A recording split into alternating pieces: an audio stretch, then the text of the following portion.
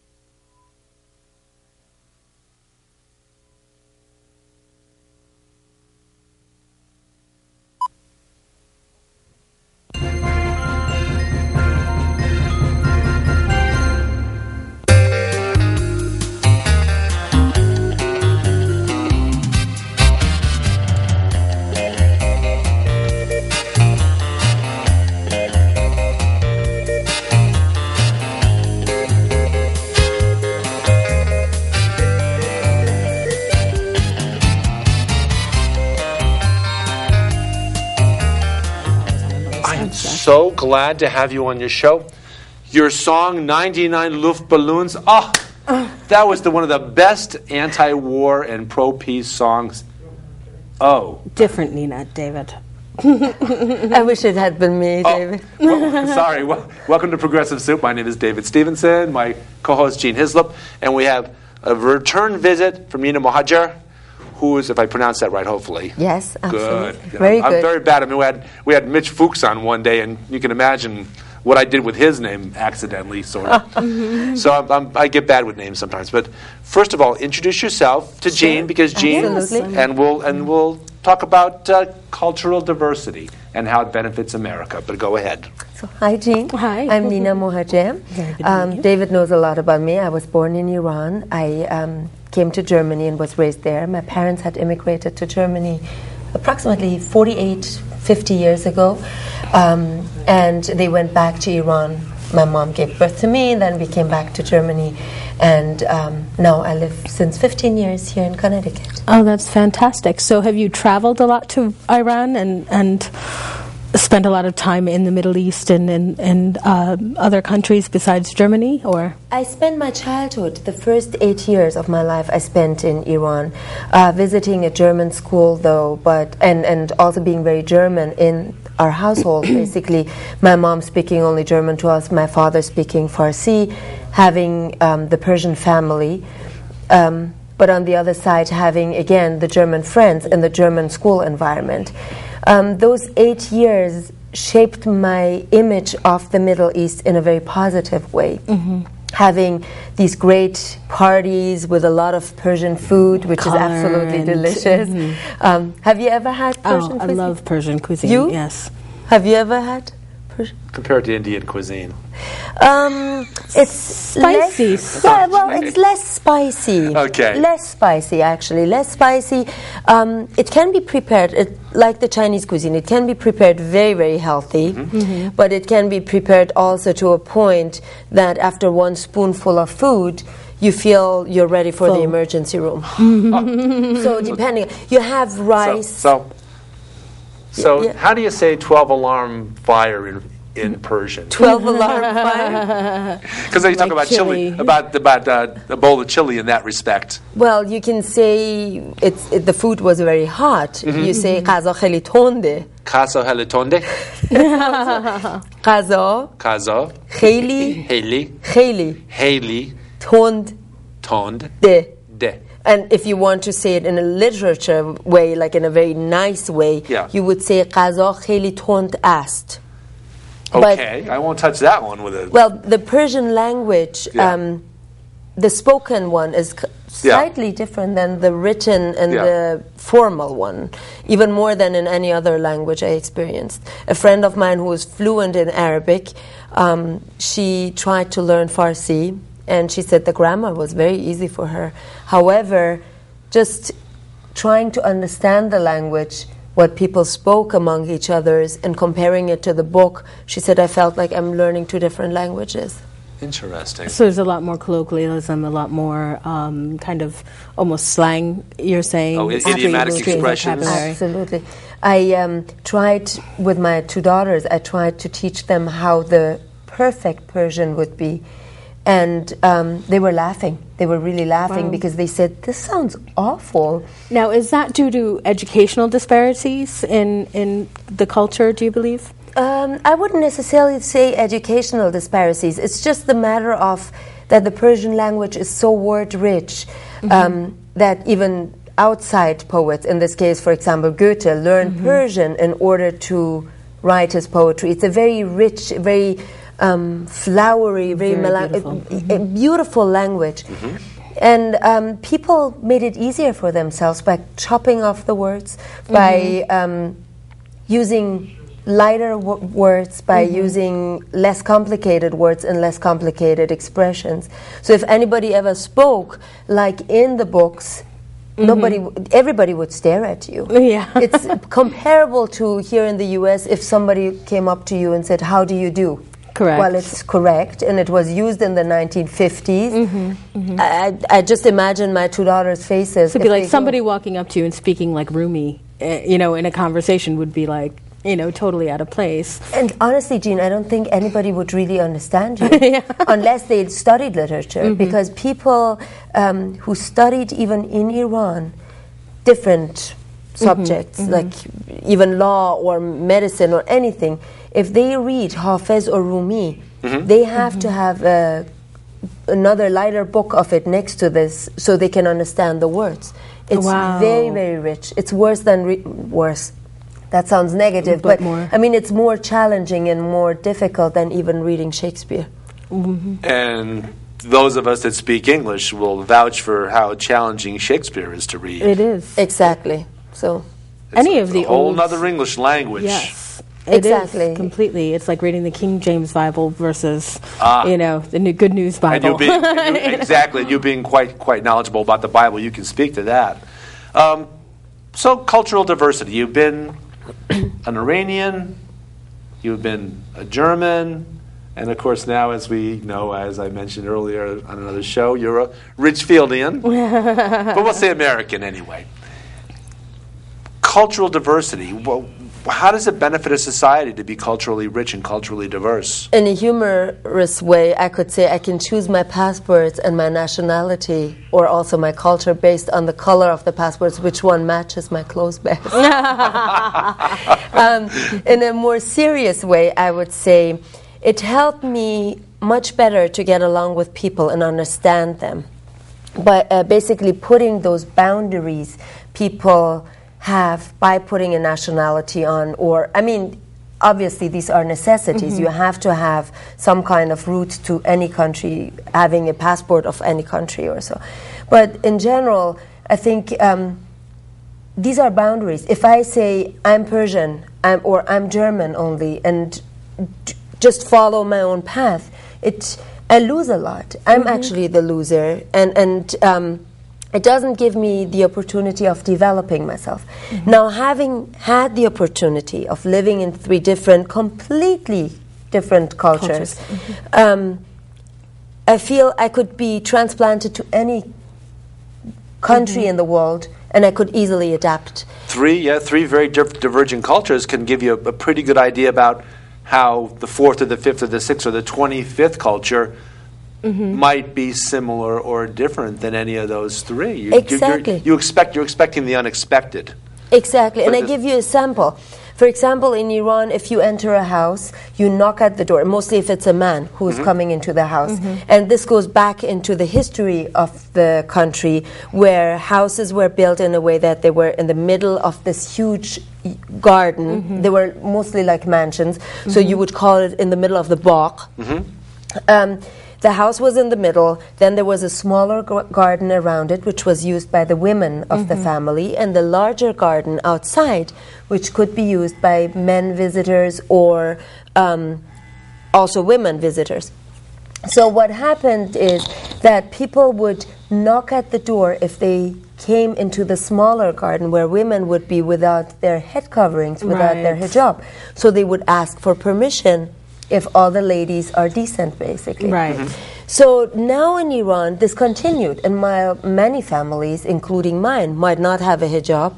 It's absolutely custom for Iranians, mostly men, when they knock at the door, and they say, "May I come in?" Say it a couple of times until the women answer actually back and say, "Yes, you may." And it has a very formal, and I know exactly you will ask me to say it in Farsi. Well, you might as well. They could knock at the door and say, they usually say, it's an Arabic version, they say, "Ya Allah, ya ba ijaze," in Farsi. Ya Allah ba ijaze? Yeah, and then the women would answer back, "Befarmayit." Befarmayit? Befarmayit means Befarmayit. You're very welcome. You're welcome to enter the room. So any Persian men just walking into a room which might be occupied by women, this is the biggest insult. I have to step in because we're graphics denied tonight. There are no graphics available in the studio. So I'm supposed to periodically mention, welcome to Progressive Soup. And our guest tonight is Nina Mohadjer, and we're discussing cultural diversity. Continue. Okay. So in German, for example, this is a Persian custom. So if somebody in Iran doesn't know about this and just walks into a room, this would be an insult. So you should. The cultural diversity allows you to understand when somebody does that, it's easier to grasp this and easier to understand it. Why is this and this happening? So if somebody is more cultural diverse, if you go into any other country and something similar to this happens, or something happens which might not even be similar, but which might be different in your opinion, you might immediately pick up and say, okay, this is the custom here. Now, a lot of cultures have a more formal side and a less formal side.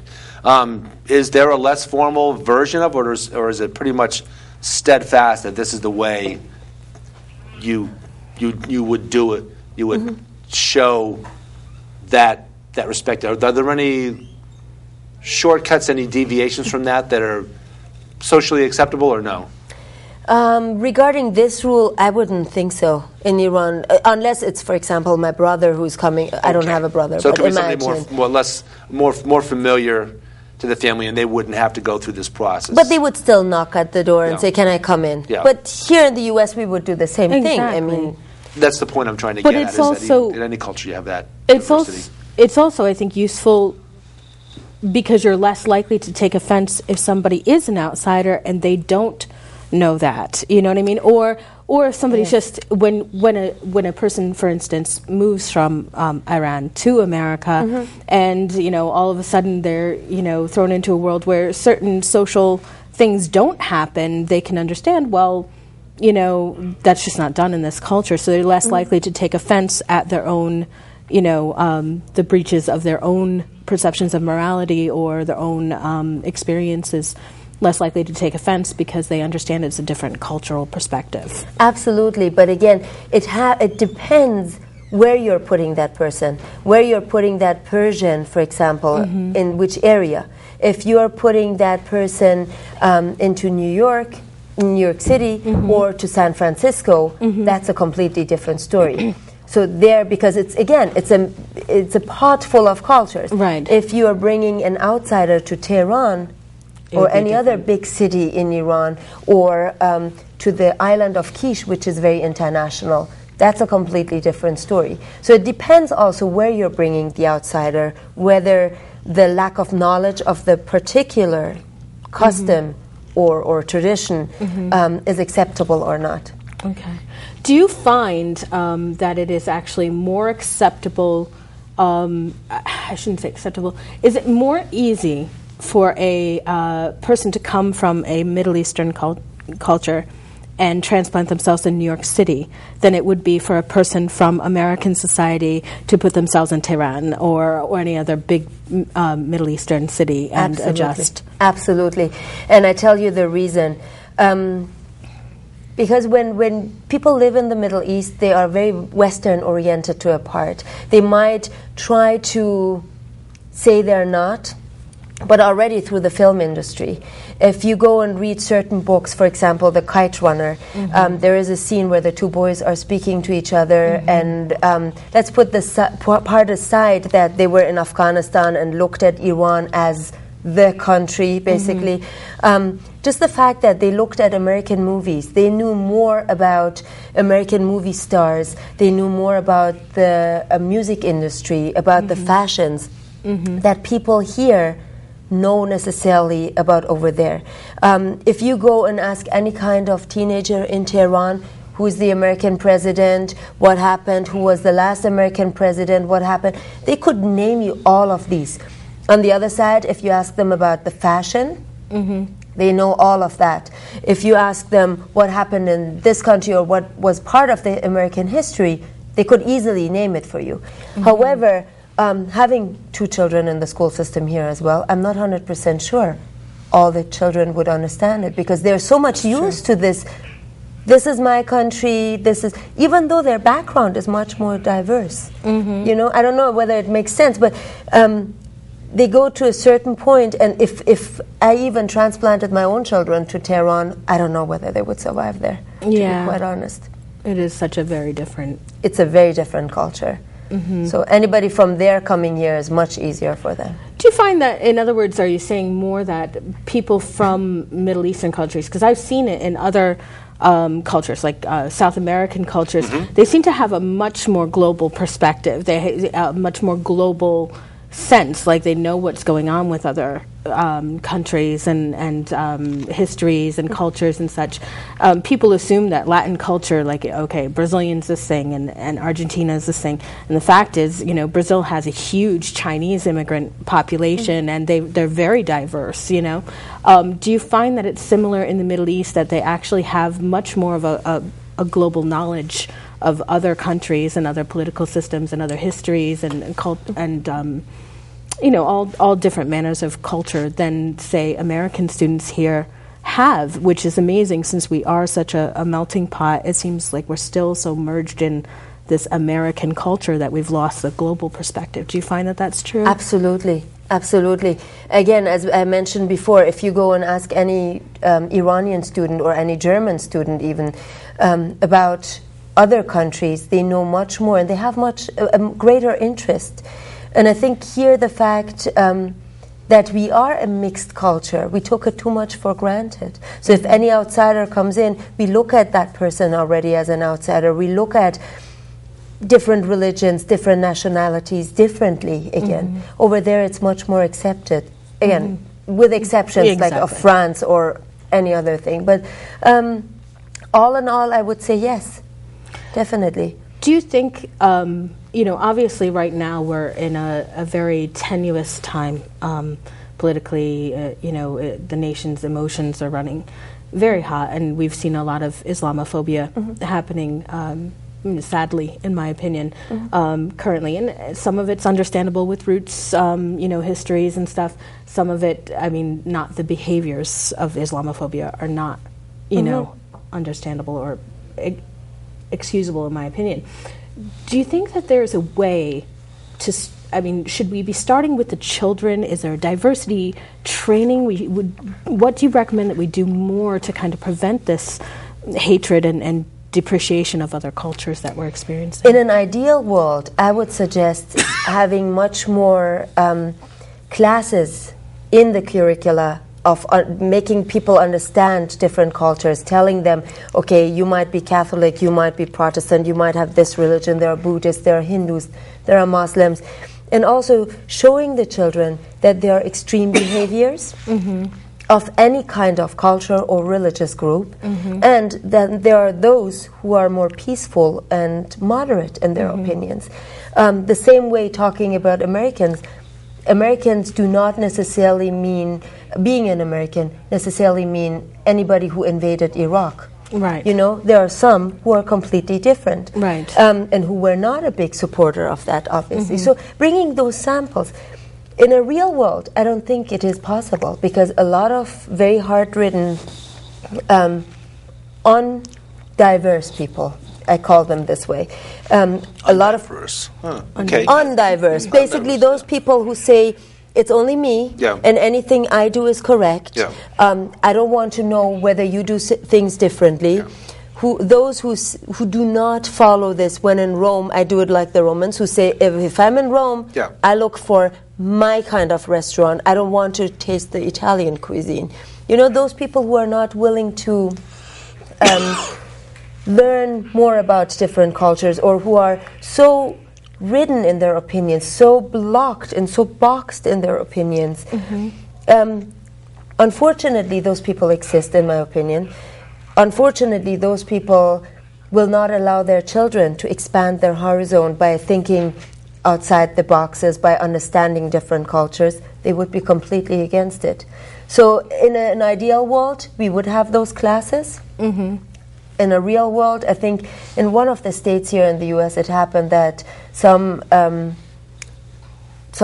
teachers wanted to talk about Islam and make children understand that what happened on September 11th, or what some people do, those fundamentalists, what they do is not necessarily representative of the religion in per se. So I think a lot of... And with that, I'll step in again and I'll say, this is Progressive Soup, David Stevenson, Gene Hislop, and our guest, Nina Mohadjer. Continue. And this is why a lot of people would not expand it unless the children themselves have the interest and start going and start learning about different cultures. You know, it's strange. When I was growing up, it seems like we were in a gentler time. You know, I can remember having multicultural fairs, you know, quite frequently. Even when my sister was young, my sister's 23 now, I remember going to her school and helping out. You know, my mother had made soda bread, you know, because we're Irish, and, you know, going out and helping out on their diversity day. And, you know, nobody batted an eye. If there was a Persian person there, you know, we were all excited to try the food, you know. Kibbe is one of my favorites. But, you know, they definitely tried very much to embrace culture, talk about it. It seems like we're actually drifting further and further from that. In the elementary schools, that still goes on. Well, it was in junior high and high school, too. We had middle that. school, we have that, yes. It depends where we're living. In Ridgefield, for example, or here in Connecticut, I feel, or New York area, tri-state area, this is very much embraced. However, I'm not sure necessarily about the Middle East, Middle America. Middle America, I'm not necessarily sure about that area. If somebody like me moved to one of the states, I don't want to name now any state, but one of the Kansas. states, for example, Texas, you Illinois, you name it. I don't think I would be very welcome there. Nebraska. Okay. There was a movie actually that came out a few years ago, America, which was very, very good. I don't know if you saw it. It was I believe it was a family from Palestine who, it was a mother and son who, you know, came to America, and they wound up in this very small town in Illinois. And, you know, the cultural clash and the unfortunate you know, xenophobia and, you know, all of that came to a head, and how to also preserve your own cultural traditions in addition to adopting new cultural traditions. Fantastic movie, highly recommended, America. But how have you found that you have been able, to preserve your cultural roots and also bring in, you know, American traditions in your own family and culture? I think that's actually the nature of what you're getting at is what's called small town anywhere. Yes. And I've lived in Florida in a little tiny town 30 miles west of Gainesville, and found that it could be very much like a small town anywhere. If you weren't born there, you might as well be from Mars. I think it's the nature of the small town, rather than the larger metropolitan area you get into, the more diversity and the more you can fit in easier, as opposed to a small town. But yeah. But in your own family, just asking your own experience, has it been a struggle to preserve your cultural ties, and as well as obviously embrace the American culture? Have your children sometimes felt that you were too traditional or too different or too exotic, or they felt out of place? And what specific things have you been able to do to preserve your cultural traditions and such? I love your question. This is a very good question. As mentioned, I had already two cultures myself. It was probably more difficult for my parents, who came at the beginning of the 1960s to a Germany which was tall, blonde, and blue-eyed. My mom, for example, tells me the stories of she's a petite woman, dark hair, and she was scared of any German because they all looked the same to her. Yes. So for them it was probably more difficult to keep the Persian culture and adapt the parts of the German culture as well. For me, I was raised bicultural, always feeling as an outsider in every one of them until, again, I felt I break open, I accept everything I like, think outside the box, and say, I am a human being. I don't put necessarily a label on myself. Same with the cultures. I celebrate German traditions like St. Nicolaus Day. I celebrate Eid al-Nowruz, which is a Persian New Year. I celebrate Shab Yalda, which is again Persian. I celebrate Ostern, Easter, which is in a very German way. However, on the other side, I slowly, within the past 15 years, I tried to resist myself as well, but slowly I started embracing Halloween and Thanksgiving and certain other, 4th of July, of course, certain other American customs and traditions and holidays. When I now go back to Germany or wherever I go, I feel that I adapted much more to America than I ever wanted to accept, actually. And even my German friends tell me, they say, you are very, very German, but at certain points when we talk to you, we noticed you moved away in a way, not moved on, but you moved away and expanded your horizon, you expanded yourself. Because, again, as we are speaking, the same problems we face in the Middle East or here, the same problems are everywhere. And I think you're right, like this is the small town mentality, the small town thinking. I think it depends a lot on the person whether they want to adapt or not. I know enough German or Persian people who do not want to change at all, not understanding that they're losing out on the American culture as well, that they're not accepting anything from here. Or again, others who put all their own traditions aside and from one day to the next say, I'm American. And you go to events where those people are speaking with a heavy, heavy accent of their native language, English. They make tons of mistakes. And they try so hard, they force themselves so fakely to imitate the Americanism that it's already ridiculous, that it turns you off in a way. So I think this is a matter of time when you're asking if it was easy for me. It's never easy to change. You know, I always use the Lewis model of change, basically defreezing yourself, adapting whatever you like, putting things you don't like aside, and refreezing yourself again to the same block. Just before we wrap up, explain further on the Lewis model, because I'm not familiar with that. Oh, this is actually a model I learned in organizational behavior during my business school. And my professor had mentioned, actually, this class will not only help you in the business environment, this will help you in the personal environment as well. And every change, if you imagine an ice block, it's a block, it's hard, so you imagine all the traditions being frozen in it. So you have to defreeze it, you have to melt it, in order to put those parts aside you don't want and put it into a different shape. So you're taking an ice block, you're melting it down, and then you're refreezing it into something a little different? Exactly. So you're refreezing it. Flexibility. Exactly. But this requires that the person is willing to defreeze, is willing to let go of certain aspects, and is willing to refreeze again. So while it might be easy with an ice block, it's very difficult with a person because it needs time. And we are naturally impatient. You want from tomorrow on I will do this and this. There's no instant microwave that'll and with that we're going to have to wrap up our show. This has been Progressive Soup. David Stevenson, Jean Hislop, and our guest Nina Mohadjer. And we'll enjoy the rest of the evening. You also. Good night. Thank you.